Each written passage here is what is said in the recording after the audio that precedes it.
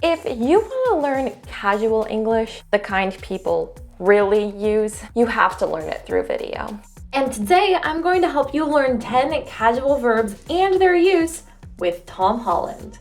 We are going to use FluentU to go over some verbs that are found in the Spider-Man Homecoming trailer.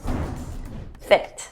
FluentU describes fit as to be the perfect size. Some things can fit you and other things can't.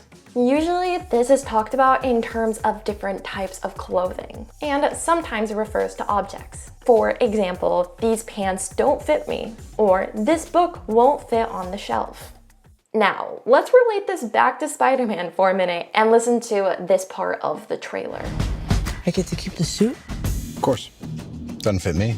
In this context, Tony Stark is explaining to Peter Parker that the all-famous Spider-Man suit does not fit him. It's not the perfect size for him. So it's obvious that Peter Parker gets to keep the suit because it actually does fit him. Hey Karen, what else can this suit do? What? Use the word fit when you're talking about clothes or objects that are too big, but also when talking about fitting into a group, a category, or a description. Operate. When I say this word, some of you might be thinking of an operation, like operating on a patient at a hospital. But that is not the kind of operate that we are talking about today. FluentU describes operate used in this context, which is to manage, to run, or to conduct.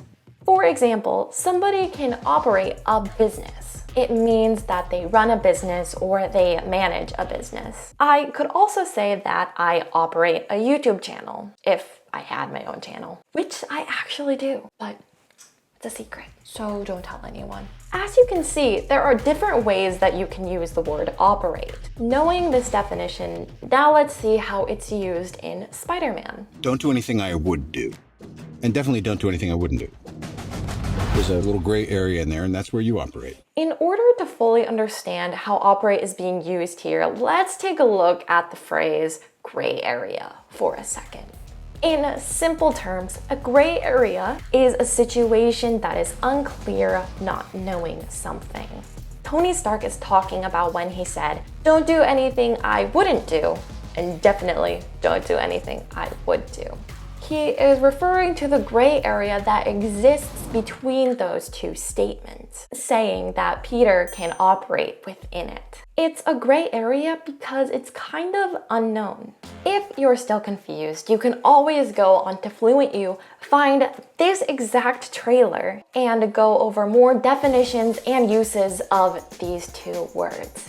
Don't miss out and click on the link in the description for 2 weeks free. It will give you access to this and dozens of other videos like it. You'll also be able to test yourself with quizzes after each video lesson and get access to flashcards and video examples as well. Try it out and let me know what you think. Now, on to our next verb. Mean. This word has so many different definitions. If you go onto Google and type in mean definition, there is so much information with all the different meanings. But today we are focusing on mean as a verb. How do we know this? Because just by pressing on the word in this video, we've got it. The right definition of this word and the context in which it's used. And according to FluentU, mean, as used in this context, is to have the significance of. Something signifies or points to something else. Combustion imminent? What does that mean? Ah! It means fire, Robert. That sounds kind of confusing, doesn't it? Let's look at some examples. First, gray clouds might mean it will rain. The gray clouds are signifying that it could rain. That's the significance of the gray clouds. Second, it is likely to mean good luck. Let's see what the word means when Tony Stark says it in the trailer. See what I did there? But this does not mean you're an Avenger, in case you were wondering. Oh. Tony Stark is saying that just because Peter can keep the suit and operate within a gray area, like we previously talked about, it does not signify that he is an Avenger. That is not what it means.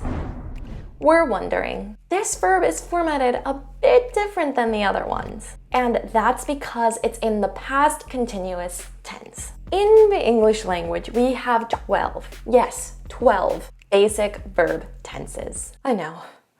It's awful. Another reason English may seem so difficult. But let's just be basic today and go over the past continuous tense, since that is what we're working with right now.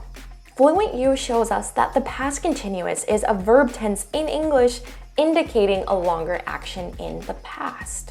The past continuous tense is formed by combining the past tense of to be with the verb's present particle. Now, let's pair that with the meaning of the verb were wondering. FluentU shows us that were wondering means to question or to think about. For example, the employees were wondering about their bonus. This implies that the employees thought about their bonus, whether they were going to get one or not, how much they might get, etc. Let's look at an example found in the Spider-Man trailer. But this does not mean you're an Avenger, in case you were wondering. Oh. In this case, Tony is explaining to Peter that he is not an Avenger, in case he thought that he was one. Tony was clarifying that to Peter. If you're liking this video so far, don't forget to give us a thumbs up to let us know. Grabbing. Oh, look at that. Another continuous tense. This time though, it is in the present continuous tense. Just listen to how it's used in the trailer. That's not a hug, I'm just grabbing the door for you. We know this is in the present continuous tense because the present tense of to be is being used with the verb's present participle, which is, in this case, grabbing. I'm just grabbing the door for you. To grab something means to hold, to pick up, or to get. You can grab a piece of clothing, food from a store or restaurant, or a door like Tony is mentioning in Spider-Man. Changing. Yes, we have another ing verb. This verb is also in the present tense when we see how it's used in Spider-Man. The world's changing, boys. Time we change too. We have the present form of to be with the continuous verb, present continuous. But what does changing actually mean?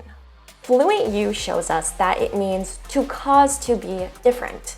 When we talk about the world changing, we use the present continuous to say that it is in the process of becoming different, which is true. The world is changing and evolving every day. Handle. And we are back with the simple present tense verbs. To handle means simply to deal with or to manage.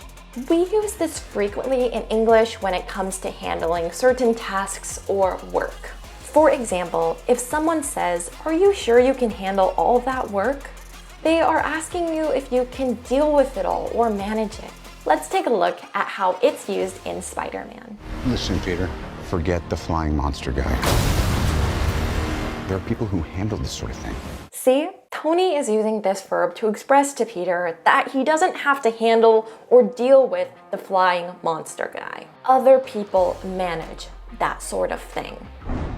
Treating, the present participle of the verb to treat, means to act towards someone or something in a specific manner. For example, if someone says, "This guy is treating his girlfriend like a princess," it means that he is acting towards her the same way someone would to a princess. Or if you say something like, "By treating her with respect, he won her heart." This means that because of his actions of respect towards this girl, she fell in love with him. In Spider-Man, Peter Parker uses the verb treating in this way. I'm sick of him treating me like a kid. But you are a kid.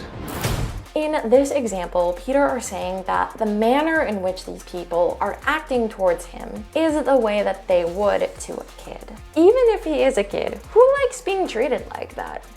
Not me. Prove. To prove means to establish the truth with an argument or evidence.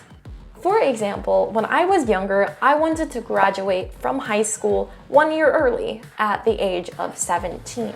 But my mom didn't think I could do it. So I decided to prove to her that I could. And then I ended up doing it. I was able to prove to her that I could graduate early by actually doing it. Usually, to get a job, you need to prove to whoever is hiring you that you are capable of doing that job. Peter feels a similar duty in Spider-Man: Homecoming. This is my chance to prove myself.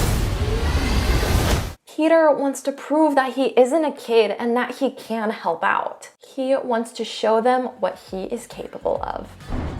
Will kill. Yeah, this one is a bit dark.